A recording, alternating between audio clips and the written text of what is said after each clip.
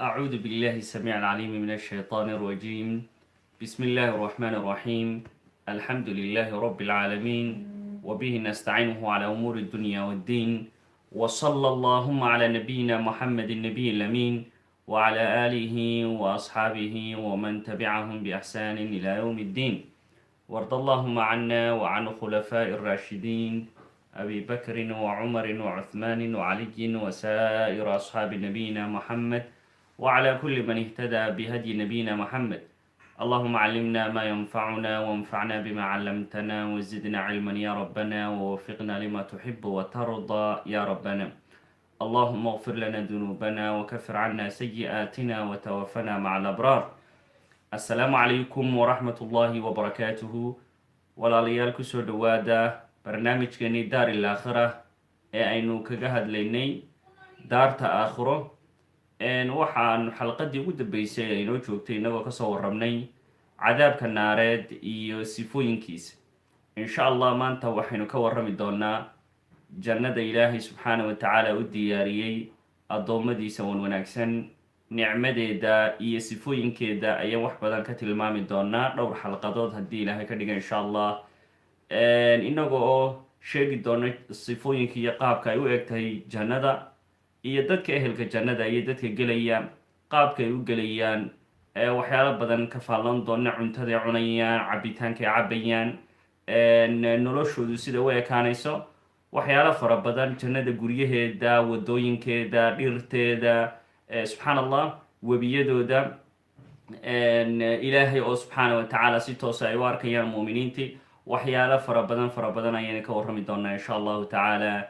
ilaahay waxaan weydiisanaynaa subxaana wa tacaala inuu ehelka jannada naga yeelo, annagii wixii islaamaba inuu ilaahay subxaana wa tacaala uu jannada uu ilaahay uu guri uu naga siiyo, iyo booska jannada ka mida inuu ilaahay subxaana wa tacaala uu naga siiyo.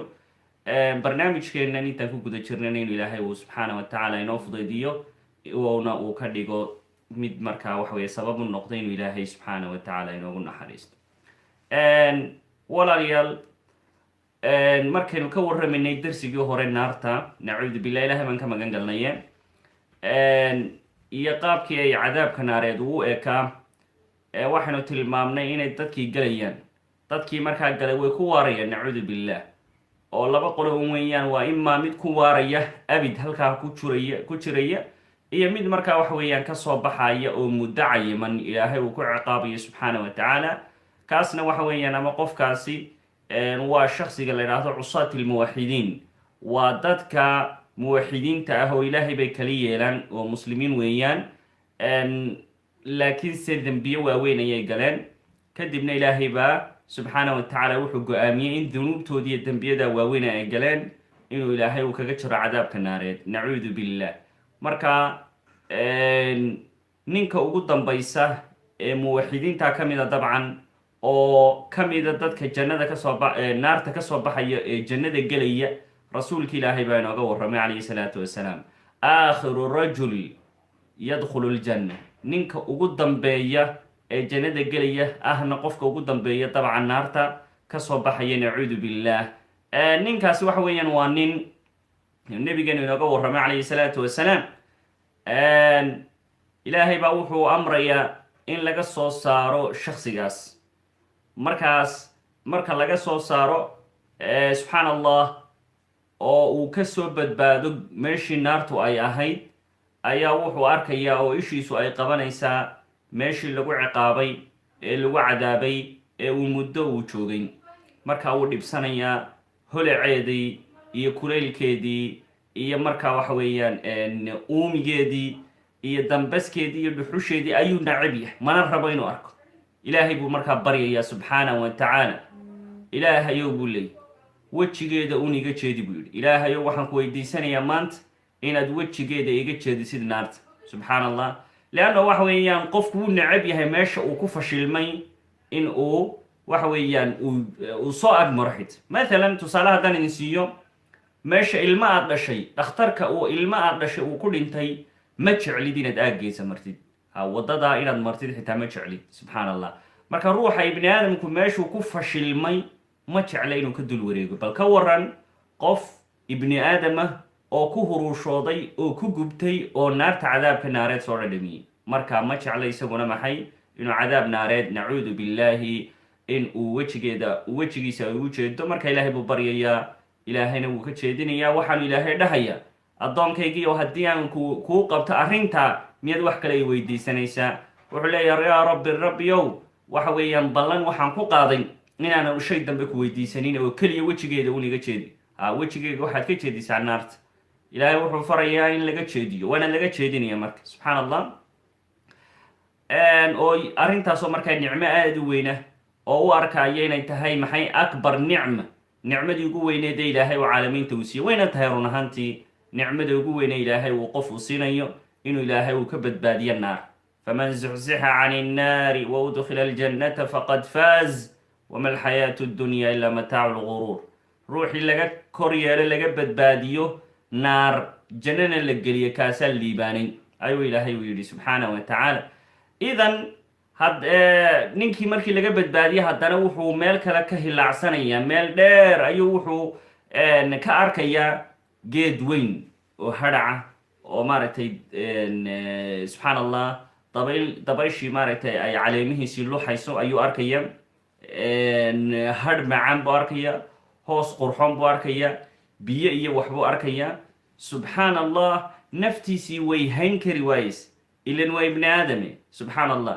wuxuu ilaaway ballantii uu ilaahay uu ka qaaday ee ahayd inaanu ilaahay wax dambe weydiisanin wuxuu dhahay yaa rabbi geedkaasuni gee shajarada ama geedkaasuni gee wax kalena kuma weydiisanaya laa asaluka shay-an wax kale laguma weydiisanayo ayuu dhahaya calaa kulli xaal ilaahay wuxuu dhahaya ya bni aadam war ibni aadamu maxaa kaa ballanburin badan subxaan allah miyaanad hadda ka hor igu dhihin markaa wax dambe ku weydiisan maayo addoonkii wuxuu leey yaa rabbiyow laa tajcalnii ashqaa khalqik rabbiyow ha iga yeelin makhluuqaad abuurtay ka ugu hoogsan ibliis oo kale ilaahow aniga ha iga yeelin ilaahay wuxuu dhahayaa bal mar kalena ha laga yeelo oo geedkii ha la geeyo geedkii baa la geynayaa mudduu joogayaa halkii subxaan allah laa ilaaha ila allah oo dee nicmo aada iyo aada u weyn ay isaga agtiisa ay ka tahay wayna tahay run ahaantii haddana meel kale ayuu haddana geed kaleu arkayaa haddana geed kaleu arkaya marka xadiidku waa mashhuur waa xadiisa intooda badan ay dadka muslimiintu yaqaanaan calaa kulli xaal marka ugu dambaysa ninkii albaabka jannada la keenay marka wuxuu arkayaa maxay albaabkii jannada ilaahay buu dhahaya weydiisanaya ilaahayow jannada i geli subxaanahu wa tacaala ilaahay wuxuu dhahaya addoonow ibni aadamu maxaa kaa ballanburid badan wuxuu leeya rabbiyo ha iga yeelin makhluuq ad abuurtay ka ugu hoogsan ee ashqaa khalqika ka ugu hoogsan ugu baaba'san ha iga yeelin ilaahay wuxuu dhahayaa jannada gal wuu gelayaa wuxuu arkayaa jannadiiyo isaga aragtidiisii buuxsantay marka wuxuu leeyahay dadkii markaa waxa weeyaan galay baa wixiiba qaatay oo dee wada mulkiyey ilaahay wuxuu dhahaya subxaanahu wa tacaala war tamani waxaad rabto tamani yacni bal waxaad rabto niyadaada geli oo bal waxyaalihii aad rabtay ka waran wuu ka warramaya marka waxaasaan rabaa dhul baan rabaa geed baan rabaa wixii uu rabay oo dhan ayuu ilaahay uga warramaya subxaanahu wa tacaala ilaa marka ugu dambaysa uu ilaahayna uu xasuusiyo subxana allah waa ibni aadam waa insaan ma xasuusan kari ilaahay baa sii xasuusinaya miyaanad hebel u baahnayn oo kan u baahnayn uu leeyahay ha subxaan allah ilaahay wuxuu dhahaya subxaana wa tacaala adduunyada yacni mulkigii ugu weynaa ee adduunyadao dhan baan ku siinaya subxaan allah nabigeena wuxu uhi calayhi salaatu wasalaam markuu ilaahay u dhaho dhulkii adduunyadao dhan ba qaado mulki u dhigmaya ninkii markaa wuxuu dhahayaa idan anta cabdii waana rabbuk haddaba markaa adiguna ilaahu addoonkaygii baad ana rabbigaa baan ahay akhda'a min shiddati alfarax yacni wuxuu qaldamay farxaddii iyo mabsuudkii uu faraxsanaa iyo siduu maaragtay u farxay ee uu habbi u noqday awgeed buu qoslay marka subxaan allah waana xadiidka loo yaqaano silsilatu daxik baa la dhahdaa waa silsilad dhano qosola nebigii baa qoslo waxay dhaheen saxaabadii ya rasuul allah maxaad ku qoslaysaa ibnu mascuud oo maaragtay xadiidka soo warinaya baa qoslay waxaa la yidhi maxaad ibnu mascuud ku qoslaysaa ma xadiidka nebigeed ku qosli wuxuu dhahay annagoo la fadhina rasuulki ilaahay ayuu nebigii qoslo markaasana yidhi rasuul allah maxaad ku qoslaysaa markaasuu wuxuu yihi waxaan ku qoslayaa ilaahay qosolkiisii uu ilaahay uu ku qoslay addoonka subxaan allah marka ilaahay wuu qoslaa qosol u gaara oo ilaahay u cuntamo u qalmo marka subxaana wa tacaala wa hada huwa aakhiru rajul yadkhulu ljanna kaasna waxa weeyaan ninkii ugu dambeeyey ee jannada gelayay ama cadaabta naareedna kasoo baxaya weeyaan. ilaahay baan ka magan galnay cadaabkiisa naareed. waana ninka maaragtay ugu darajada hooseeya jannada, haddana waxaa la siiye dhulkii iyo 10 lamida. riwaayanka kale waxay leeyihin dhulkii iyo 100 lamida ayaa la siinaya. subxaan allah. waxayna ku tusinaysaa ilaahay siduu deeqsiga u yahay, iyo ilaahay wuxuu u diyaariyey mu'miniinta jannada gelaysa. ilaahay wuxuu u diyaariyey subxaana wa tacaala. ugu dambayn ilaahay subxaana wa tacaala waxa uu yani ilaahay wuxuu go-aaminayaa in la gowraco dhimashadii, geeridii laftigeedii in la dilo ayuu ilaahay wuxuu ku fulinayaa dil oo la gowraco, la bireeyo oo la qalo geeridii iyo dhimashadii. subxaan allah, laa ilaha illa allah. xadiidka maaragtay nabigeenna laga soo wariyey abi saciidin alkhudriyi radia allahu canhu wuxuu leeyahay rasuulka ilaahay baa wuxuu yihi dhimashadii ayaa waxaa loo soo ekaysinaya sida maaragtay wan baa loo soo ekaysinaya. wankii markaa waxa weeyaan waxaa loogu yeedhayaa ehelkii jannada iyo dadkii maaragtay ehelka naarta galay, labadoodiiba waa loogu yeedhaya, waa loogu baaqaya. waxaa la leeyahay soo fiiriya kuwii ehelka jannadow. markaa waxaa la leeyahay war ma garanaysaan kan? way wada garanayaanoo waxay leeyihin ha, oo waa dhimashadii. ila mid walba hadda kahor buu dhadhamiyey. subxaan allah. qof walba hadda kahor buu geeridii dhadhamiyey, markaa dhimashadii wuu garanayaayo ilaahay baa wuxuu usoo ekaysiiye wan. kuwii ehelka naartana waa la weydiinaya warkani muxuu yahay? waxay dhahayaan waanu naqaanaayo waa dhimashadii. deetana iyaga naarta iyo jannada dhexdeeda ayaa lagu gowracayaa dhimashadii laftigeedii baa dhimanaysa. subxana allah, waa la gowracaya. deetana waxaa la leeyahay yaa ahla aljannati, ehelkii jannadow, khuluudun falaa mawt, waad waaraysaan mana dhimanaysaan abadkiin. wayaa ahla annaar, ehelkii naartow, khuluudun falaa mawt, idinkuna waad ku waaraysaan naartiinna mana dhimanaysaan. nacuudu billah, nacuudu billah, nacuudu billah. halkaas waxa weeyaan ehelka naarta murugada ta ugu weyn ayaa markaas soo darsaysa. markaas ayaa markaa waxa weeyaan la soo darsaysa. ilaahay baan ka magan galinay subxaana wa tacaala. ehelka jannaduna mabsuud iyo farxadoodii ayaa sii badanaysa, oo waxay yaqiinsanaanayaan inaanay nicmada ay ku jiraan iyo barwaaqadoodaas iyo bashbashka aanay weligoodba ka baxaynin, iyo raalli ahaanshaha ilaahay subxaana wa tacaala. laa ilaha ila allah wa sayidina moxamed rasuulullah waalmawta yabcahuhum allah ya xasratana cala alcibaad. nacam, ilaahay subxaana wa tacaala sidaas ayuu qadaray oo uu go-aamiyey subxaana wa tacaala in dadka ehelka naartu aanay dhimanaynin. laa yamuutu fiiha walaa yaxya, mana ku dhex dhimanayaan, kumana noolaanayaan. nacuudu billah, nacuudu billah. nacam. subxaan allah.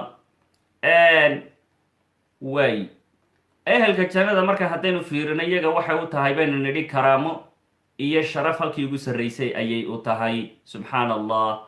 oo iyagu way nicmaysan yihiin. subxaan allah. oo nicmadii ugu weyneyd marka ay ku jiraan. marka iminka waxaan u gudagelaynaa bal haddaba jannadan sifooyinkeedii iyo qaabkii ay lahayd. subxaan allah. weynida ay weyn tahay iyo maaragtay cadamadeeda uu ilaahay inooga warramay ama rasuulkiisu inooga warramay aynu wax ka fiirinayna. nebiga ilaahay wuxuu dhahay laqaydu sawti axadikum min aljannati khayrun mima bayna asamaa'i waalard.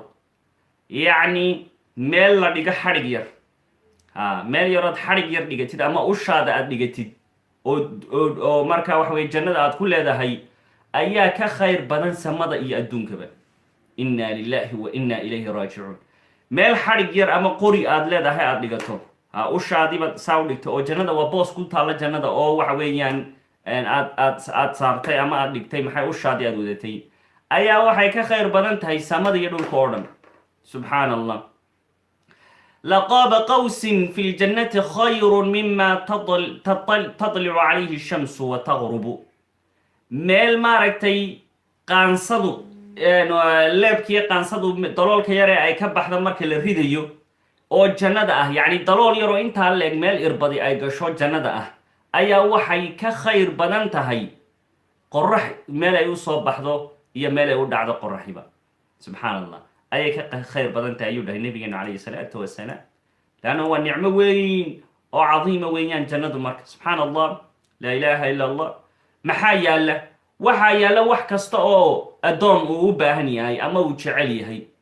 yudaafu calayhim bisixaafin min dahab wa akwaab. yaquulu allahu caza wajal, ilaahay wuxuu leeyahay waxaa lala dhex dawaafayaa oo lala dul wareegaya ehelkii jannada saxiifado ay cunto ku jirto weeyaan oo dahaba, iyo kooba maaragtay cabitaankoodii ay ku jiraan. wa fiiha maa tashtahiihi alanfusu wa taladdu alacyun wa antum fiiha khaaliduun. ilaahay wuxuu yidhi waxaa kaloo idiin yaalla jannada dhexdeeda wax allaale iyo wixii nafta ibni aadamku ay jeclaato, iyo wax allaale iyo wax il bani aadam ay ku indhadoogsato ayaa jannada ku yaal. il bani aadam waxay ku barwaaqaysato iyo wax allaaliya wax il bani aadam ama ruux ibni aadam oo kaliya jannada dabcan geli maayo, insiga muslimkaa iyo jinka muslimkaa labadaba way gelayaan. markaa naf ayuu yidhi ilaahay yidhi tashtahiihi lanfus, naf jinni ha ahaato, insi ha ahaato, malag ha ahaato, wax allaaliya wixii jannadaa galay waxay rabaan way helayaan. ishooduna waxay ku indhadoogsato oo ay ku degtana way helayaan. ta ugu daranina waa maxay? ugu maaragtay nicmada ugu weyn, wa antum fiiha khaaliduun, waxaana tihidin kuwiina galayow dhexdeeda kuwa ku waaraya oo aan weligood ka baxaynin. marka subxaan allah, subxaan allah, subxaan allah, la ilaha illa allah, wa sayidina muxamed rasuulullah sala allahu alayh waalihi wasalam. taasi marka waa nicmooyinka waaweyn ee jannada. marka jannadu waxaa gelaya dadka masaakiinta iyo fuqarada iyo dad maaragtay dacafaa muslimiinta ayaa dacafadoodii iyo dadkii tamarta yaraabaa gelaya ee ay dadku tamar yaraysan jireen. halka naartana ilaahay uu geynayo maxay kuwii kibri jiray ee sanka taagi jiray ee qooqi jiray ee waalan jiray oo dulmiga iyo gardarrada iyo cadaalad darrada kula kici jiray basharka iyo ibni aadamka iyo xayawaanka ee dhulka fasahaadin jiray, fasahaadka dhulka ku waday. marka subxaan allah, waidaa qiila lahum laa tufsiduu fi lardi qaluu inama naxnu muslixuun alaa inahum hum lmufsiduuna walakin laa yaclamuun. kuwii ilaahay uu dhahay subxaana wa tacaala marka lagu dhaho waar ka daaya dhulka ha fasahaadinina oo fasahaadka dhulka ka daaya, waxay dhahayaan waanu hagaajinaynaa dhulkii. ilaahay muxuu yihi waar hooyaay, kuwaas weeyaan kuwa dhab ahaan dhulka fasahaadinaya, laakiin ma oga yagu, mana garanayaan inay dhulkii fasahaadinayaan. waxay isu haystaan inay xumaynayaan, inay wanaajinayaan bay isu haystaan. marka subxaan allah, marka jannadii iyo naartii ba isu faanaysa. allahu akbar, jannadii iyo naartii ba isu faanayso waaba maaragtay faan baaba maaragtay meeshii ka soo baxay, oo jannadii iyo naartii ba isu xujaynayeen. maxay tidhi naarti? waxaa laygu guray kuwii kibri jiray ee madaxa adkaa oo dhan ayaa laysoo geliyey oo aan ciqaabaya. jannadiina waxay tidhi anna waxaa laysoo geliyey dadkii intii tamarta yarayd ee masaakiinta ahayd baa laysoo geliyey. marka subxaan allah, ilaahay baa markaa jannadii iyo naartii labadoodiiba la hadlayo ilaahay wuxuu dhahayaa jannooy adigu waxaa tahay raxmadaydii iyo naxariistaydii baati, waxaan ugu naxariistaa addoommadayda ciddii aan doono. naaray adiguna waxaa tahay cadaabkaygii, waxaan ku cadibaa ciddii aan doono oo addoommadayda ka mida. mid walba oo idinka midana waxaan ballan ku qaaday buu ilaahay yidhi inaan buuxiyo. naartuna waa inay buuxsantaa oo maaragtay laga buuxiyaa cid ay buuxsantaa. marka waxa weeyaan jannaduna sidoo kale laga buuxiya. marka naarta ilaahayba subxaana wa tacaala lugtiisa ayuu markay jannadu tidhaahdo naartu tidhahdo hal min mazid, wax siyaadaa ma haystay, waa lagu guray ila waa naaro waxbay ololinaysaa, waxweeyadii baa iscunaysa. subxaan allah, la ilaha illa allah. marka ilaahay baa subxaana wa tacaala markay mar walba tidhahdo hal min mazid, ilaahay baa cagtiisa subxaana wa tacaala gelinaya naartii, dabadeedna way buuxsamaysaa. way buuxsamaysaa. marka ilaahay isagaa sheegtay oo nebigi ilaahay baa inoo sheegay inuu ilaahay uu cag u leeyahay. qadamu rab, ilaahay baa cag buu leeyahay subxaana wa tacaala. laakiin cagtaasi ma cagta ibni aadamka? waa maya. waxaad mar walba ku fiirinaysaa sifada ilaahay, waxa weeyaan halbeegii ilaahay inoo sheegay ee ilaahay yidhi maaragtay sifo kastan anigu leeyahay waxaad ku fiirisaan halbeegan iyo micyaarka ah laysa ka midlihi shay-un wa huwa asamiicu albasiir. ilaahay wax la mid a ma jiraan, waana maqlaha maqla wax walba, waana arkaha arka wax walba. saa aawadeed ilaahay sifo kasta uu leeyahay halbeegaa ku fiiri iyo micyaarkaasaad ku fiirinaysaa. marka idan ilaahay saasuu u buuxinayaa naarti subxaana wa tacaala.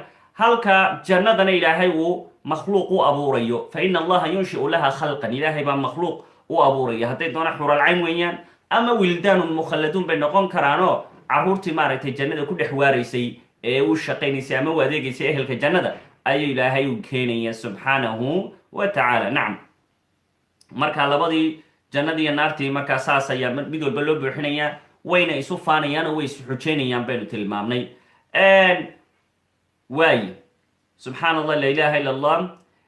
dadka gelaya jannada iyo dadka ehelka naarta labadaba gelayana ilaahay baa qadaagiisa iyo qadarkiisa ayuu ilaahay uu ku go-aamiyey subxaana wa tacaala. kitaabna way ugu qoran tahay magacyada dadka gelaya ehelka jannada, magacyadooda, magacyada aabbayaashood iyo qabiilooyinka ka tirsanaan jireen, iyo dabcan markaa waxa weeyaan wadankii meeshii ay ku dhasheen ilaahay wuu ogiya, waanu qoray subxaana wa tacaala.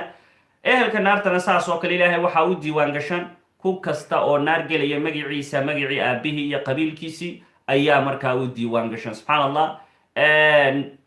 marka nabigana wuxu uhi calayhi salaatu wasalaam ilaahay wuu ogyahay already, wuu yaqaana ilaahay cidda maaragtay gelaysa.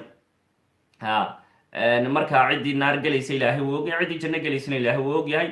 marka nabigana wuxuu dhahay isagoo inala talinaya, sadiduu waqaaribu, sadiduu waqaaribu, buuxbuuxiya oo dhaweeya.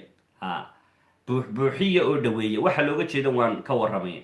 fa ina saaxiba aljannati yukhtamu lahu bicamali ahli ljanna, ruuxa ehelka jannada ka mid ah waxa ilaahay uu camalkiisa ugu gabagabanaya, khaatumadiisu noqonaysa khaatumo wanaagsan oo khaatumo ehl janno ayaa ilaahay ugu gabagabanaya. wa in camila aya camal, hadduu doono wixii uu doono hadda ka hor ha sameeyo, laakiin khaatumada unbaa waxa weeyaan laga egaya. leanna waxa weeyaan khaatimadaadu wixii lagu khatimo ayay noqonaysaa markaa masiirkaaga iyo celi dambeedkaaga. wa ina saaxiba annaari yukhtamu lahu bicamali ahli nnaar wain camala aya camalin, ruuxii naar gelayana waxa isaga loogu khatimayaa oo khaatimo xun buu ku dhimanayaayo isagoo maaragtay camal naareed ku guda jira ayuu dhimanayaa. dabadeedna saasuu ehelka naarta ku noqonaya, xitaa markii hore yacni waxa weyan camalkii doono oo wanaagsan ba ha qabtee. subxaan allah. oo ilaahay baa inoo tilmaamay inuu dadka uu fariiqun fi ljannati wa fariiqun fi saciir, kooxna uu janno geynayo, kooxna markaa uu ilaahay uu geynayo subxaana wa tacaala cadaabka holcaya saciire ee jahanamo loo yaqaano. marka nacam, marka nabigeenu calayhi salaatu wasalaam wuxuu inagu yidhi war dhodhoweeye oo buuxbuuxiya intaad awoodaan, yacni ma dhammaystiri karaysaan. haddaynu isnidhaahno maanta islaamku siduu u ballaadhan yahay oo diinta islaamku u weyn tahay, qof ibni aadama oo khayrka ku guda jira islaamka dhammaystiri kara ama la wada iman kara 100% ma jiro. qof la wada iman kara maxay 100% ma jiro. maxayn la imanaynaa haddaa? sadidu waqaaribu, dhodhoweeya oo maaragtay subxaan allah oo la yimaada. saa awadeed bu nabigana wuxuu dhahay dheeftiina ka qaata maxay? alqudwa. alqudwa waxa weeyaan waa gelinka horena wax ka khayr shaqaysta, xilliga maaragtay la rawaxana oo gelinka dambena dheeftii khayrkiina shaqaysta. wa shay-un min adduljati, wax ka mida habeenkana oo markaa gudcurka uu soo gala ama la caraabayana wax ka midana shaqaysta. maxaa looga jeeda? waxaa looga jeedaa maalintii saddex meelood baa loo qaybiyay, waa gelin hore iyo gelin dambe iyo habeen. gelinka horena wax ka shaqayso khayr, gelinka dambena khayr ka shaqayso, habeenkiina qayb ka mida, ma aha habeen oo dhan maaragtay subxaan allah u taagno yani salaatuleyl, maya saas maaha. laakiin qayb ka mida habeenkii wax ka qaado oo salaatuleyl tuko ama khayr la imo, yani ama qur-aan akhriso, way fara badan tahay. marka wa shayun min adduljati, yani wax ka mida fiidkiina ilaahay u cibaadaysa. marka idan dadka maaragtay diinta isku adkeeya waxaanu leenahay diintu waa wax fudud, aad bay u fududahay diinta islaamku. diinta islaamku aad bay u fududahay, mana jiro qof maaragtay 100% maaragtay 100% wada dhammaystiri kariya khayrka ku guda jira diinta ilaahay iyo diinta islaamka, nebi mooyaane hal nebi unbaa 100% keeni kara subxaan allah. inta kale waa insaan, laakiin inagoo insaana maxaa layna yidhi? sadiduu waqaaribu. ha isdhiganinoo ha dhihin maxay anugu waxba ma awoodi karayo, ma nebi baan ha dhihine sadiduu waqaaribu, buuxbuuxiyo intaad awoodaysid salaadaada tuka, soonkaaga tuka, khayrkaaga bixi, wixii sadaqadaad bixinaysid bixi, wixii qur-aanaad akhrisanaysid akhriso, dadaalkaaga badi. markaa subxaan allah soona dhodhowee baa lagu yidhi subxaan allah, soona dhodhowee. marka shubaho ayaa imanaysa. shubahadaas iyo maaragtay ismoodsiintaasi waa maxay? waa su-aal isweydiino ismoodsiina. nabigeenu wuxuu dhahay calayhi salaatu wasalaam jannada waxa weeyaan ciddii gelaysaba ilaahay wuu qoray already wuu qorayba wuu garanaya fariiqun fi ljannati wa fariiqun fi saciir kooxna jannay gelaysa kooxna naar bay gelaysa hadda fa fima alcamal maxaa laga shaqaysanaya maxaa salaada ka tukanaynaa maxaa khayrka laga wadaa maxaa islaamka loo difaacaya maxaa markaa laga shaqaynaya leesh waa maxay sababtu su-aashan anigu aan iminka idin weydiinayo saxaabadii nebigii ilaahay baa weydiiyey rasuulka ilah calayhi salaatu wasalaam waxay dhaheen rasuul allahu haddii ilaahay uu qoray oo uu inoo qadarayba inaan anigu naar gelayo ama ama aan anigu janno gelayo haye maxaan sameeyaa marka maxaan la shaqaysanaynaa dee camalka muxuu dhahay rasuulka ilah calayhi salaatu wasalaam shaqaysta icmaluu waar shaqaysta buu dhahay rasuulku calayhi salaatu wasalaam waayo qofkii waxa ilaahay uu u fudaydinaya qofku uu jannada ilaahay la rabay camalka ehelka jannadu alla u fudaydinaya qofkii ilaahay uu naar uu la rabayna waxa u fududaanaysa oo la sahlanaanaysa camalka ehelka hee jannada ayaa markaa waxa weye la sahlanaanaysa markaa saasaad wadaysaayo umuuraha alqada walqadar umuuraha ku saabsiisan go-aamada ilaahay iyo wixii uu alla u xadiday lama sii gudagalo lamana sii dhex galo nacam wuxun baa ilaahay la weydiistay inuu ilaahay ehelka jannada uu kaa yeelo waana loo dadaalaa oo sababtii baa lala yimaadaa waayo taasi waxay ahayd maxay in jannadii maaragtay arrinkeedii uu sidaa uu yahayo subxaan allah uu ilaahay subxaana wa tacaala uu garanayo oo uu yaqaano ciddii gelaysa ehelka jannada markaa uu garanayo jannadu walaalayaal waa qariib aad bay noogu dhowdahay aad bay noogu dhowdahay naartuna sidoo kale aad bay noogu dhowdahay si aawadeed buu nabigana wuxuu yidhi aljannatu aqrabu ila axadikum min shiraaki naclih wannaaru midla dalik jannadu waxay idinka dhowdahay xadhigga kamihin kabtaada soo ka buudhad sidataa soo ma soo xadhig lagu xidhxidhoo kale ma jirto haa way leedahay ha subxaan allah inta ay kuu jirto intaad foorarso xadhiggaagaad isku xidhxidhay sidoo kale jannadu way kaaga dhowdahay subxaan allah naartuna sidaasoo kale way kaaga dhowdahay lianno waxa weeyaan camal baad qabatay wanaagsan waad dhimatay nafti baa kaa baxday jannaad ku gashay camal xun buu qabtay nacuudu billah ilaahay baa khaatimo shara ugu khatimay walciyaadu billah naar buu saa ku galabsaday walciyaadu billah idan waa maxay jannadii waa qariibun wannaaru qariibun kadalika jannadiina waa maxay way dhowda naartina sidaas oo kale way dhowda jannadii markaas si aynu u galno waxa ilaahay uu ku xaydaaray oo maaragtay gidaarkii iyo derbigii lagu xaydaaray ee ganjeelkii weynaa ee lagu soo daboolay maxay noqotay almakaarih waxyaalo dadku ay kala ahiyeysanayaan ama kahanayaan oo ay necab yihiin inay la yimaadaan waa kow jannadana maxaa xaydaar looga dhigay maxaa isagana u ah marka waxa weeye dhufays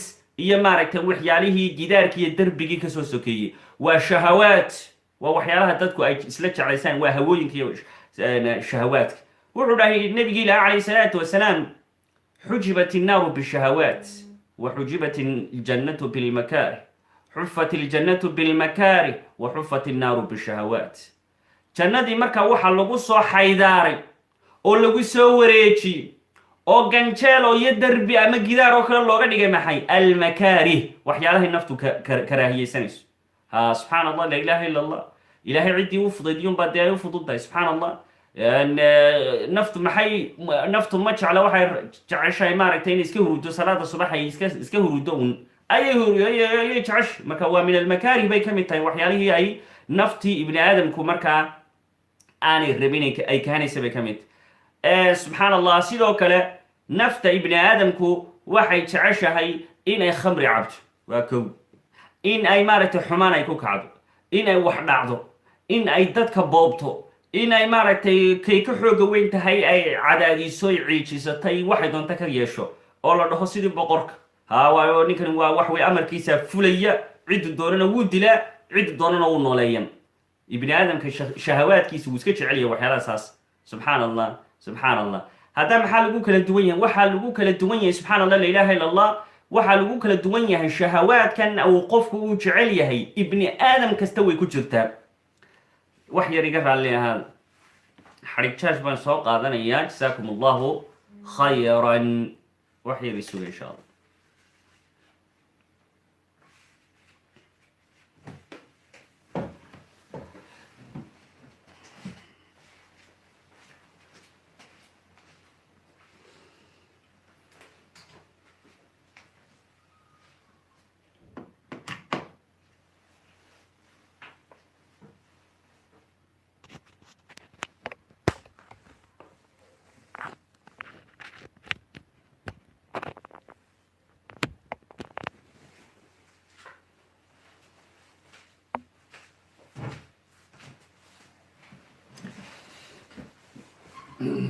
بسم الله الرحمن الرحيم ولا ليال waxaanu nidhi jannadii maxaa ilaahay subxaanahu wa tacaala uu ku soo xijaabay ama uu ku soo weegaaray oo xaydaar iyo maaragtay wax ka sokeeya laga dhigay maxaa almakaari waxyaalihii naftu ay kahanaysay ay nacaysay marka waa nafta ibni aadamku in wax loo xadxadido way nacabta aslanba qaanuunkii baa sidan sheegay sharci baa sidan sheegay xeer baa la qoray qofkii sidan yeela waxaana ku dhacay bani aadamku uu nacab yahay ibni aadamku inuu maaragtay wixiisu ay xadxadidnaato waa nacabi subxaan allah la ilaha illa allah wuxuu rabaa maxay in wax kastaaba ay u furnaato oo wuxuu doona uu iska yeelo naftiisu waxay doonta ay u hogaamiso subxaan allah marka ilaahay imtixaankii uu dadka ka qaaday waa maxay waxyaalihii bani aadamku iska jeclaayay shahawaadkii baa lagu imtixaamay marka waxyaalana waa laga soo xadiday oo waa laga xaaraantimeeyey waxyaalihii maaragtay uu necbaa uu jeclaa inuu yeelana inuu iska hurdo oo hadhiyo habeen iska seexdo waa iska jeceliye subxaan allah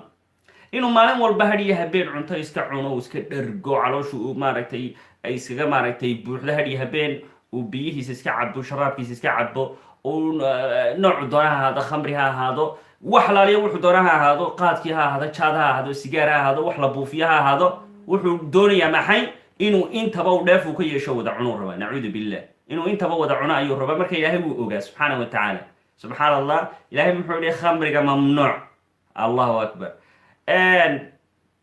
isagoo khamrigu uu yahay shay maaragtay dhibaato leh oo uu maaragtay macaanna aan loo cabin oo dee macaan looma cabo iyo dhadhan looma cabo khamriga nacuudu billah loomana caba inuu caafimaad u keeno maxaa loo caba inuu maskaxda uu waala loo cabo مثلا hadduu ilaahay uu dhihi lahaa subxaanahu wa tacaala inuu shaydaanka iyo nafta ibni aadamku in ay dadka ay ka tuurayso iyo shahawaadkiisu waxaad ku garanaysa hadduu ilaahay khamriga uu banayn lahaa oo uu dhihi lahaa khamriga waa cabaysaan tusaale ahaan oo uu inaga xaaraantimayn lahaa maalan biyaha saafiga ah haye dadku maxay yeeli lahaayeen biyaha saafigaabaa laga kari waayi lahaa biyahaasan raba wariminta maalak war ilaahay baa xaribay baa la dhihi lahaa subxaan allah la ilaha illa allah wahaaka insaanku waa sida insaanku waa sidaa subxaan allah marka qiso yar baa jirta aan idinla wadaagaye sida insaanku waxyaalaha laga xadiday loo diido uu u rabo mar walba ugu cararayaan idin sheegaya nin baa markaa waxaa la tilmaamay waxaa la yidhi subxaan allah la ilaha illa allah shimbir baa la hadashay waaq tidhaahda shimbirtan waaqta tidhaahda adigu la hadashay waa adigu yacni sheeke la sameeyey oo lagaga warramayo yacni insaanka iyo siduu aanu u rabin ama aanu u jeclayn in wax laga xadido shimbirtii baa waxay tiri war boqorkii hebel baa waxa weeyaan arrinta noocaasa buu u baahan yahay haddaad u qabatid inantii boqorku kuu guurinaya subxana allah inantii boqorka inantiisana wuu kuu guurinaya isagu markuu dhintana boqor bad noqonaysa haye dee wuxuu dhahay anigu anaa arrintaa fulinaye igeeya meesha kiibaa markaa meesha yimid ninkii boqorka he buu la kulmay waar maxaad haysaa wuxuu dhahay arrintii aad ragga ka dalbanaysa anaa haya waa fuliyey adigu arrintii boqorkiiba inantiisii buu u guuriyey soddonkiisii buu noqday subxaan allah dabadeedna wuxuu yidhi maanta waxa weye laga bilaabo soddon baan ku ahay inantaydana waad guursatay markaan dhintana adaa boqor noqonaya waddanka ka talinaya marka wuxuu yihi mamlakada iyo maaragtaa wax weeyaan meeshaan ka xukumo oo dhan way kuu bannaan tahay oo meeshaad doonaysid waxaad doonaysid xukun oo gal oo saa doontid yeel qolkaa mooyaan balo fiirso qolkaa mooyaan waa farxa markii hore waa hawshiisiibaa uu waday subxaan allah la ilaha illa allah markuu muddo uu joogay buu ishayn kari waayey warna horta qolkan maxaa ku jira maxaa lagugu diidaya horta qolkan maya qolkan waar iska daa war in adeer maxaad ku falaysa waxaa adduunyanka bale kuu yaalla o dhan waxaasoo qole waxaa qasriya waxaasoo dhan howlaha wado maya anu mayaan boqor meesha ka ahayn maana dhexal sugihi ahayn qolkan ha la furo waar maad iska deni maya wallaahi ma yeliyo waa loo furay markaa maxaa laga soo saaray subxaan allah maryihii jeexjeexnaa iyo kabihii kala jeeday ee uu markuu magaalada uu soo galay uu sitay ayaa markaa waxa weeyaan ku jiray kuwii baa loo geliya waxa yidhi waa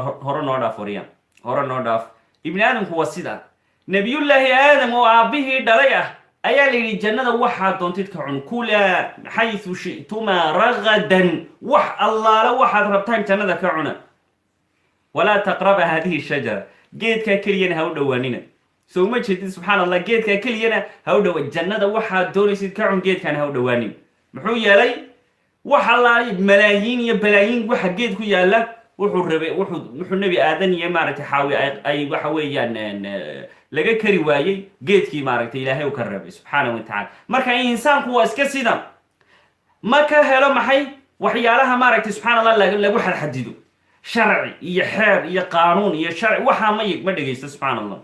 idan ilaahay markaa muxuu ku imtixaamay wixii uu ibni aadamku u necbaab ilaahay uu ku imtixaamay. deetana maxay ku noqotay shaygiibaa wuxuu ku noqday makaarih wuxuu kahanayay ku noqotay subxaana allah. wixii uu naftiisu ay iska rabtay ina obin wax walba obin ay iska noqotayna wuxuu ilaahay uu ka yeelay shahawaad waxayna xaydaar u tahay naarta markaa nacuudu billah. saa aawadeed ba ilaahay wuxuu yidhi subxaana wa tacaala nabigeeni baa dhahay sala allahu alay wasalam xufat iljannatu bilmakaarihi wa xufat innaaru bishahawaati. jannadii maaragtay waxaa lagu soo xaydaaray makaarih waxyaala maaragtay la karaahiyeysanayo ama ay naftii ibni aadamku ay kahanayso. naartina waxay bani aadamkii uu iska rabrabay oo maaragtay xaaraan ah oo ibni aadamku haddana uu iska rabo iska wada jecel yahay ayaa markaa waxa weye lagu soo xaydaaray. nacam leanna waa fitno iyo imtixaan bay tahay marka. nacam nabigana waxaa kaloo u dhahay calayhi salaatu wasalaam xadiid kale oo cajiiba dham kullu ummati yadkhuluuna aljannata ilaa man aba.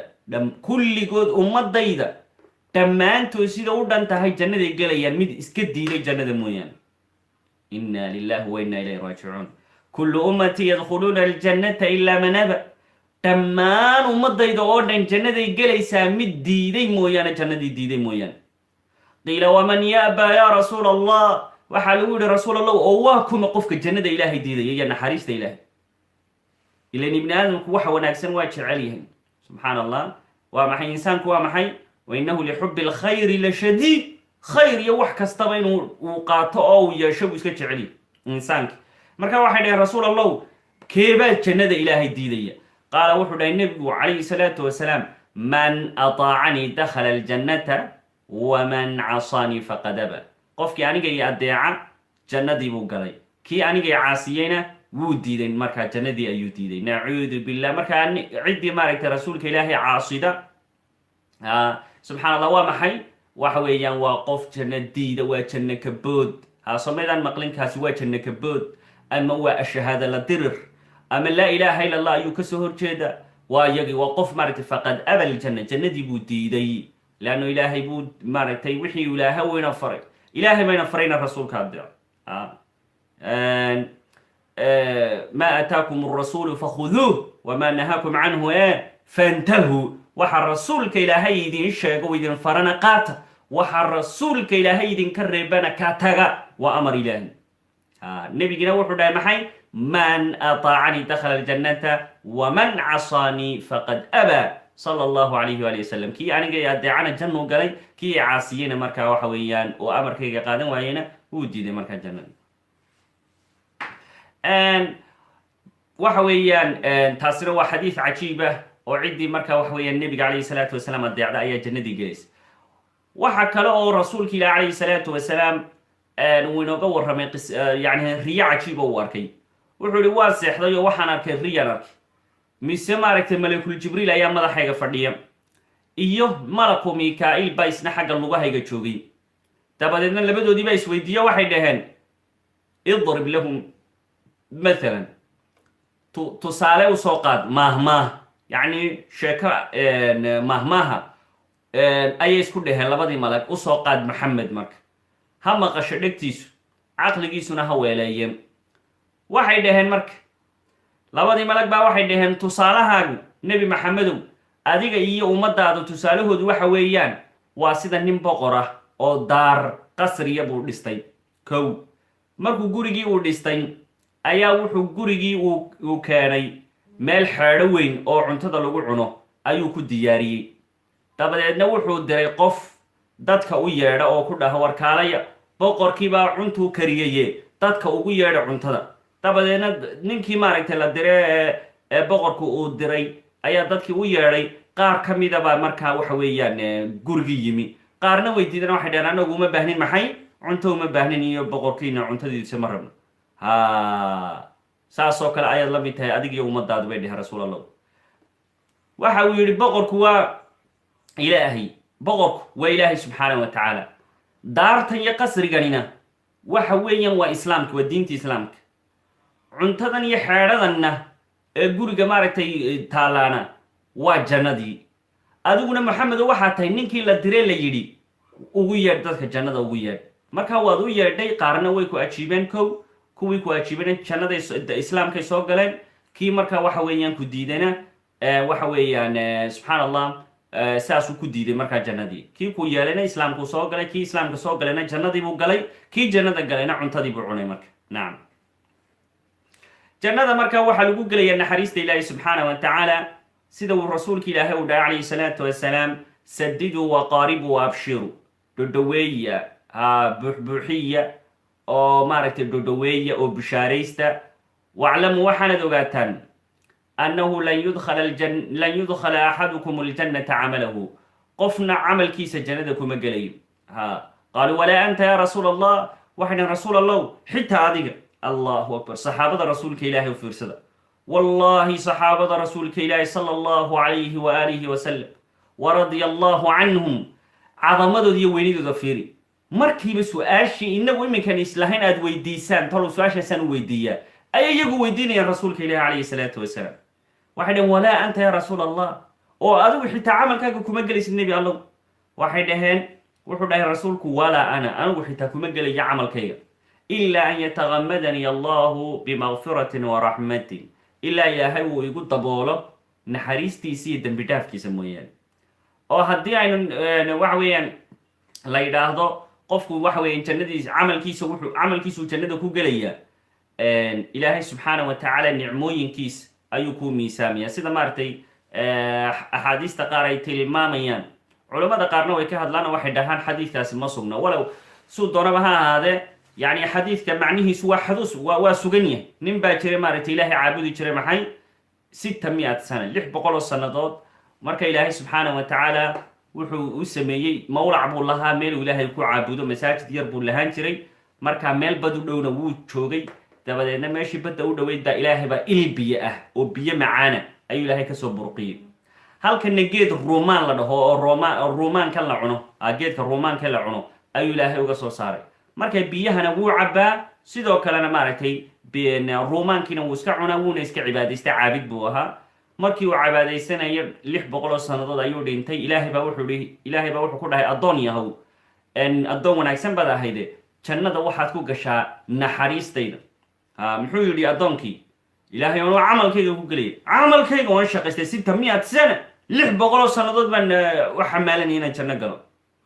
ilaahay wuxuu dhahay u kaadiye, addoonkan ha loo miisaamo, nicmadan anugu ku nicmaystay iyo bal camalkiisana ha loo miisaamo.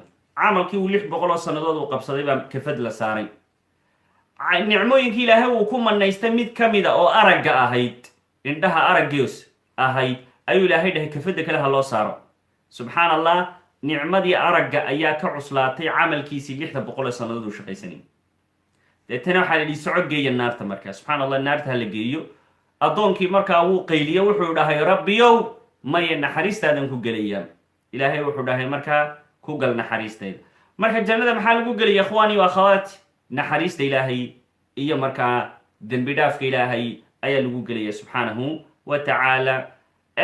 laakiin camalku wuxuu sabab u yahay inuu ilaahay uu kugu naxariisto. camalku waa maxay? waa sabab. sa aawadeed bu ilaahay meelo fara badan qur-aanka muxuu inoogu tilmaamaa jazaan bima kaanuu yacmaluun. waxa saa loogu abaalgudayaa sababtii, maadaama ay u shaqaysan jireen. marka sababta keenaysa inuu ilaahay uu naxariistiisa uu jannada kugu geeyo waa maxay? waa inaad camalka la timaada. marka ma kala maarmaan oo camalkii ood la imanaysaayoo dhihi maysid ilaahay baa naxariistiisa igu geynayo, hadduu doonana ilaahay maaragtay naxariistiisa ha igu geliyo jannada, de haddii kalena nacuudu billah naar ha lay geeyo. saasoo kale maaragtay inaad u hadashid lama rabo, waayo camalku waa qayb ka mida maxay? sababtii ilaahay uu kugu naxariisan lahaa waxa ka mida yani camalka wanaagsan aad la timi. marka nacam subxaan allah. jannada waxaa jirta waxyaalo jannada ka yimi oo iminkaba dhulkeena yaalla oo ay wax ka tilmaami doono. maxaa ka mid a waxyaalaha waxaa ka mid a xajarulaswadka. subxaan allah, la ilaha illa allah.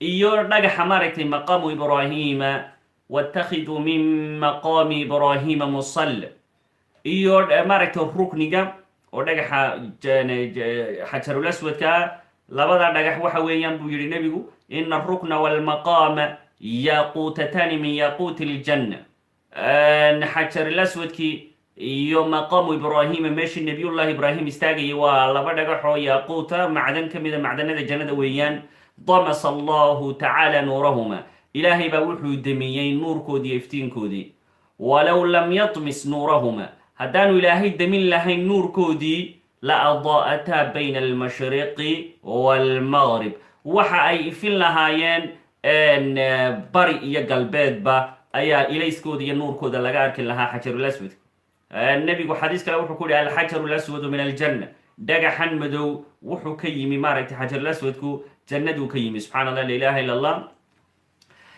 xadiis kale wuxuu ahaa low maa masa alxajaru min anjaasi aljaahiliyati maa masahu duu caahatin ilaa shufiya haddii maaragtay xajarul aswadka dhagaxaas haddaanay carabtii jaahiliinta ahayd aanay najaasaynin oo kufrigi iyo shirkii bay ku najaasayen oo sanamya waa kuwii agtiisa markaa dhigi jiray haddaanay arrintaasi dhici lahayn waxa weeyaan qof kastoo taabta oo cudur qabay ama xanuun hayay wuu ku caafimaadi lahaa subxaana allah la ilaha illa allah laakiin waxaa najaaseeyey maxay waxa weeyaan jaahiliyiintii carabtii jaahiliyada ahayd baa shirki ku dul caabuday nacuudu billah marka subxaana allah la ilaha illa allah kaas wuxuu ka mid yahay maxay jannada waxyaalaha jannada ka yimi weyan waxaa kaloo ka mid ah waxyaalaha jannada ka yimi geedka ama timirta loo yaqaano rutabku waa min aljanna waa timirta rutabka aheed nooceeda jilicsan jannaday ka timi marka oo waa geed janneed weeyaan subxaan allah waxaa kaloo ka mid a waxyaalaha ka yimi jannada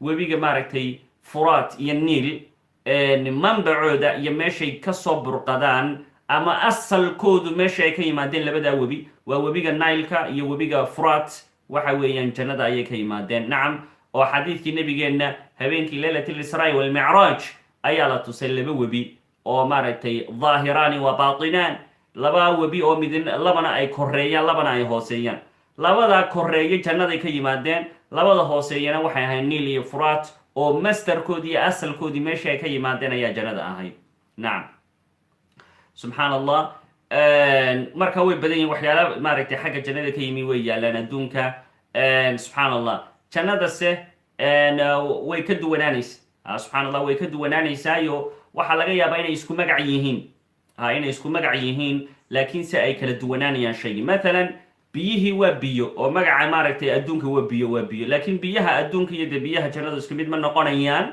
timiri waa timir oo ilaahay timir iyo cinab buu intaasuu qur-aankiisa inoogu sheegay subxaana wa tacaala fiiha faakihatun wanaklu dat lakmaan fiiha faakihatun wanaklun warummaan soo maaha ilahay noogumu sheegin in geedkii rumaanka iyo geedkii timirta iyo geedkii maaragtay cinabka subxaana allah ilahay jannadu ku sheegay laakiin kuwaasi ma isla kuwanan ku cuno dhulkaba maya waa ka duwan yihiin maxaa u daliila aayaddii suuratulbaqara kusoo aroortay kulamaa rusiquu minha min hamarati risqan qaluu hada aladii rusiqna min qablu wautuu bihi mutashaabiha walahum fiiha aswaajun mutaharatun wahum fiiha khaaliduun ilahay wuxuu leeyahy mar kastoo la siiyo cunto wanaagsan waxay dhahayaan oo faakiha ah iyo cunto ah alla tani malaa waa tii hadda ka horna la siiyey oo kale marka xagga magaca waa laga yaaba maxay inay iskaga mid ka yihiin wautuu bihi mutashaabihan iyagoo isu egeg baa loo dhiibaya haye way dhadhaminayaan waxay dhahayaan waa ka duwanti maaha kii subxaan allah la ilaha illa allah subxaan allah la ilaha ila allah allahuma ajcalna ahla aljannati ilahu ehelka jannada inaa inaga yeelay subxaana wa tacaala jannadu waa qaali sida rasuulka ilaahay ba inoo tilmaamay alaa ina silcat allahi haaliya alaa ina silcat allahi aljanna abaalgudka ilaahay waa qaali buu dhahay rasuulka ilaahay calayhi salaatu wasalaam wuxuuna yidhi ilaahay abaalgudkii abaalmarintu waa jannada buu ilaahay ilaahay abaalmarkiisa oo jannada ahna oo wixii uu ku abaalgudayo ama ugu abaalgudayo ku abaalmarinayay ibni aadamkii wanaagsanaa waa qaali wax shay yaroo fudud maaho iska sahlane waa jannadii ilaahay buu dhahay subxaana wa tacaala wamaa yulaqaaha ila duu xadin cadiim lama kulmayo maxay qof maaragtay markaa wax weya nasiib leh qof nasiib le baa ilaahay u geeya jannada qof nasiib leh ayuu ilaahay u geeyaa jannada subxaanahu wa tacaala waa yahay subxaan allah waxa aynu halkan aynu ka tilmaamaynaa الإمام الكبير العلامة شيخ الإسلام أو ابن القيم رحمه الله رحمة واسعة. الإمام كاوين عالم كاوين كمد علماء الإسلام طبعا ابن القيم رحمه الله وتلميذ شيخ الإسلام ابن تيمية أرضيسي كتاب كيس عجيب كأهل يقال حاد الأرواح إلى بلاد الأرواح يا سبحان الله أن وحنا كسر قادنا إن qaab cajiiba oo la yaab leh oo uu markaa usoo bandhigayo jannada iyo waxa yaalla iyo waxa ilaahay uu ku diyaariyey subxaanahu wa tacaala isagoo markaa wax weeyaan inoo soo koobay. wuxuu yidhi oo sideebaa markaa loo qiyaasi karayo daar ilaahay uu isagu gacmihiisa ku beeray. ilaahay baa daartan gacmihiisa ku beeray subxaanahu wa tacaala, wuxuuna daarti ilaahay uu ka yeelay meel ay ku degayaan oo ay ku xasilayaan dadka ilaahay uu jecel yahay. wuxuuna ilaahay daartii ka buuxiyey naxariistiisii iyo karaamadiisii iyo raalli ahaanshihiisii buu ka buuxiyey. wuxuuna ku tilmaamay daartaas in ay tahay fawz alcadiim, liibaanta iyo guusha weyn ayuu ku tilmaamay. waxaanuu ilaahay subxaanahu wa tacaala uu ku tilmaamay boqortooyo aad u weyn inay arrinta meeshaasi ay tahay buu ilaahay uu ku tilmaamay subxaanahu wa tacaala. wuxuuna dadkii ugu yabahay maxay dhammaan khayrkeedii wuxuuna ilaahay uu ka daahiriyey oo uu ka nadiifiyey ceeb kasta, aafo iyo dhibaato kasta, nuqsaan kasta. ilaahay baa jannadii ka daahiriyey oo ka nadiifiyey. marka subxaan allah, haddaad ii weydiisa buu yidhi dhulkeedu iyo ciiddeedu siday u eg tahay, waxa weeyaan ciiddeedu waa miski iyo sacfaraan, waa cadarka miskiga iyo sacfaraan weeyaan. haddaad ii weydiisto saqafkeeda iyo maaragtay sanqaafka sare iyo maaragtay saqafka sare sidee buu u egyahay, waxa weeyaan carshiga raxmaanka u saqaf u ah oo meeshii maaragtay ay hadhsanayeen waa carshiga raxmaanka weeyaan baa ka sarreeyay. haddaad i weydiisay labankeeda iyo jaajuurkeedu waa miskil adfar, waa miskiga weeyaan. haddaad i weydiiso qururuxeedu waxa weeyaan macdanta lulu iyo dheemanta weeyaan iyo jawharad weeyaan. haddaad i weydiiso dhismaheeda waxa weeyaan waa jaajuur ka samaysan macdanta fidada loo yaqaanaye maaragtay iyo jaajuur ka samaysan macdanta dahabka loo yaqaano weeyaan oo dahabkii jannada iyo fidadii jannada ah. haddaad i weydiiso dhirteedu waxa weeyaan dhir aada u waaweyn, jirideedii waa dahab ama waa fido. subxaan allah, lailaha illa jiridii geedka jiridiisii waaba dahabba. haye mana laha maxay xaabo iyo markaa waxa weeyaan laamo yaryar oo iska soo dhacdhacaya xaabana ma laha buu yidhi. markaa waxa weeyaan dhirteedii ma laha. haddaad i weydiiso midhaheedu waxa weeyaan sida maaragtay subxaan allah dhegaha maaragtay maroodiga oo kale ayay u balballaadhan yihiin. subxaan allah, la ilaha illa allah, waxayna ka macaan yihiin, malabka ayay ka macaan yihiin. haddaad i weydiiso subxaan allah caleenteedii, dhirtii maaragtay caleenteedii waxay ka jilicsan yihiin yani waxa weeyaan xariirta.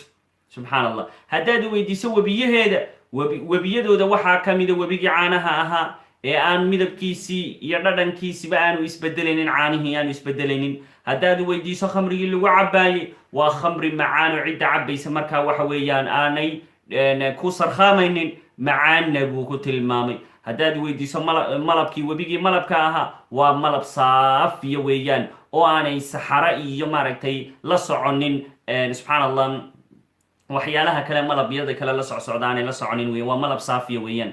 haddaad i weydiiso cuntadeeda waa faakihooyin dadku ay kala doordooranayaan oo ikhtiyaarka ay iyagu leeyihiin.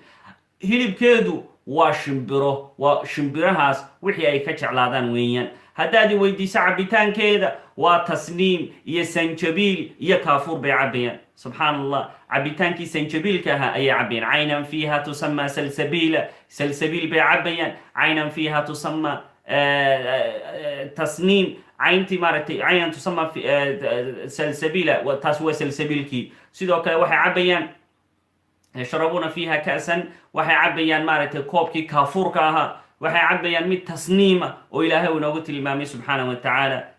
subxaan allah, caynan yashrabu biha cibaadullah yufajiruunaha tafjiira. addoommada ilaahay iyo muqarabiinta ayaa cabaya. waa tasniim iyo sanjabiil iyo kaafuur iyo salsabiil cabitaankoodu weeyaan.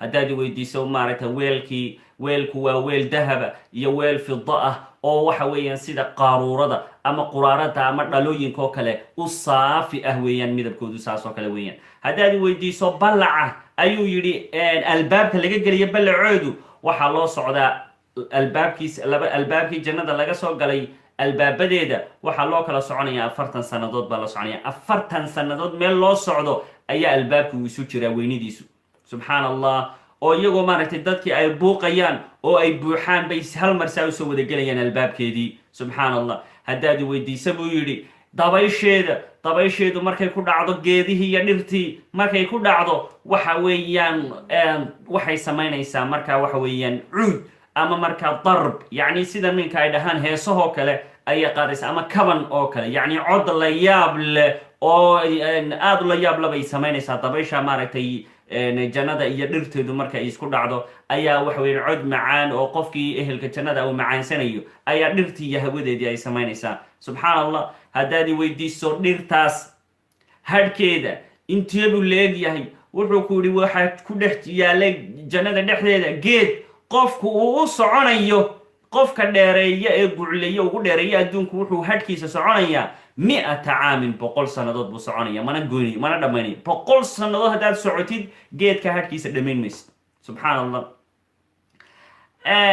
allah haddaad weydiisid buu ku yidhi ballaceeda jannadu ballaceeda intay leegtahay wuxuu ku yidhi waxaad ku garanaysaa ka ugu hooseeya ee jannada ka gelaya ee mulkiga ugu hooseeya ku yeelanaya hantida ugu hooseysa maaragtay ku leh iyo qasriyada ugu hooseysa ku leh iyo beeraha ugu hooseysa ku leh wuxuu u socdaa hantidiisa iyo mulkigiisa 2000 oo sannadood buu socdaa waa ka ugu hooseeya jannada darajada ugu hooseysa jannada qofku wuxuu soconayaa hantidiisa 1000 caam 2000 oo sannadood buu soconaya haddaad weydiiso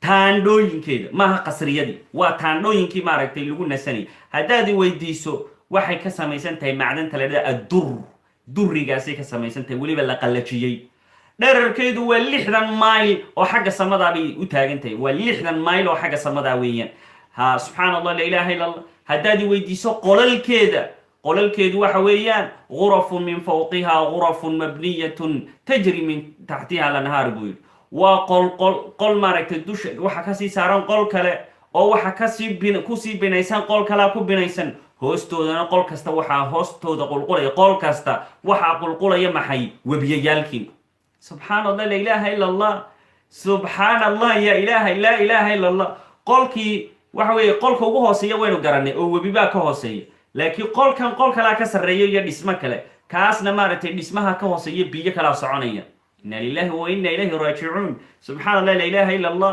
laa ilaaha illa allah qol kasta oo si u kala sarreeyaan waxa weeyaan webi baa soconaya subxaan allah sidee u socdeen dee waa cajaa'ibka ilaahay subxaana wa tacaala haddaad weydiiso dherarkeeda jannadii bal waxaad fiirisaa buu yidhi xidigaha fiiri xidigaha maaragtay marna inaga dhece marna inaga qarsoomo marna inoo soo baxa bal siday inooga fog yihiin eeg dherarkeedu saasoo kale weeyaan isha ibni aadamku ma gaadhiso mana qabanayso subxaan allah haddaad weydiiso dadka jannada gale buu yidhi dharkay sitaan waa xariir anaa kuu sheegaya buu yidhi waa xariir iyo dahab bay sitaan haddaad weydiisto furaashkeeda iyo maaragtay joodariga ama furaashkii ay ku fadhiisanayeen guntooda ama adhaxdoodu waa istabraq waa macdanta la yidhahda istabraq weeyaan wixii cudbi baa lagu guri jiray soomaha innaga ibni aadamka iyada istabraq baa lagu guray istabraquna waa macdan aynaan garanayno dee macdanta jannada ilaahay baa inoo sheegay subxaana wa tacaala waana dhaadheer yihiin haddaad weydiiso buu yidhi sariiraheeda sariirteedii haddaad weydiiso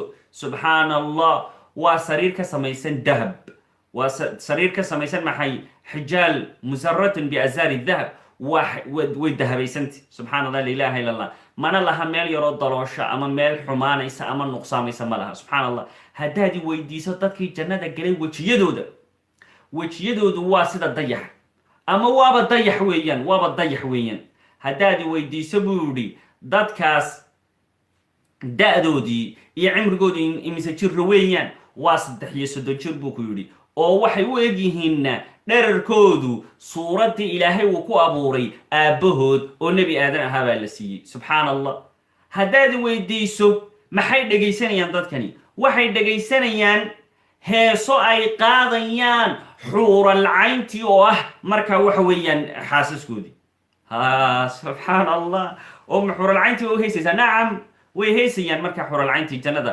maxay ku heysayaan xitaa waa laynoo sheegay waxay ku heysayaan waxay dhahayaan naxnu naacimaat naxnu alkhaalidaatu falaa namuutu abada yani dee codkan maaragtay lagu dhimanayaan anigu ku akrinayo maaha la waa codkii xuralcayntii ku akrinaysa subxana allah la ilaha illa allah annagu waxaan nahay maxay kuwii maaragtay ku waarayay jannada ee aan weligood dhimanaynin waxaanu nahay kuwa daahirka aan weligood nijaasoobaynin ayay qaadayaan waana hees la yaable subxana allah la ilaha illa allah idan khamrigu waxa weeyaan jannada waa lagu cabayaa waa xalaalin weeyaan oo subxaan allah jannada ayaa laakiin adduunka waa ku xaaraan saasoo kale heestuna weeyaan heestu maaragtay jannada ayaa hablaha xuralcaynta heesaha qaadaya adduunkase waa xaaraan qofkii dhegaysta heesaha adduunyada ku dhegaysan maayo heesta xuralcaynta la waayo heest bay qaadaysaa markaa xuralcayntii ay qaadaysaa subxana allah la ilaha illa allah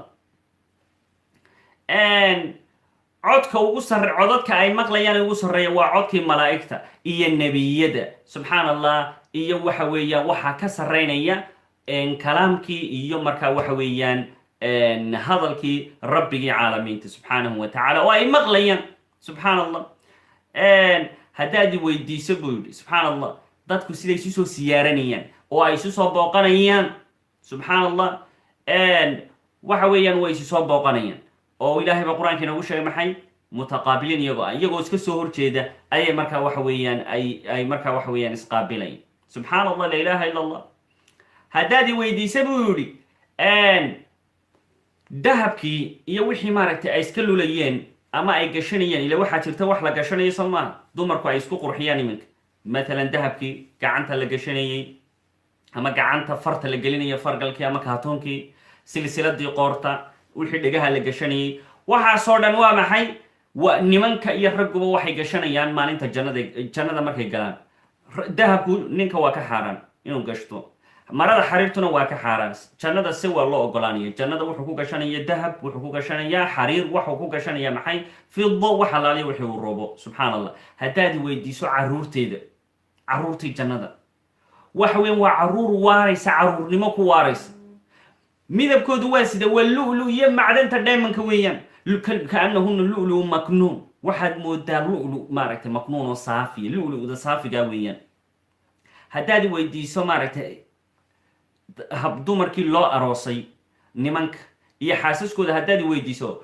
waxa weeyaan iyagu kawaaciba atraaban waa dumar iswada laale eg oo horaadkooduna horaad fiican leh horaadkuna waa maxay waa garanaysaa soo maaha kawaaciba waa maxay waxa wey waa horaadka gabadha waa laabta dumarka subxaan allah markay gabadhu yar tahay ee maaragtay horaadkeedu uu yar yahay ee ay quruxda leedahay oo kale weeyaan ma aha maaragtay subxaan allah marka la gaboobo ama dee caruuri ay nuugto oo dee caana ay yeelato ilmo caruuri ay nuugaan maya waa kawaaciba atraaban horaadkoodu wuu soo taagan yahay wayna islaale eg yihiin xagga da-dana dumarkaas subxaan allah la ilaha illa allah subxaan allah la ilaha illa allah haye subxaan allah waayahay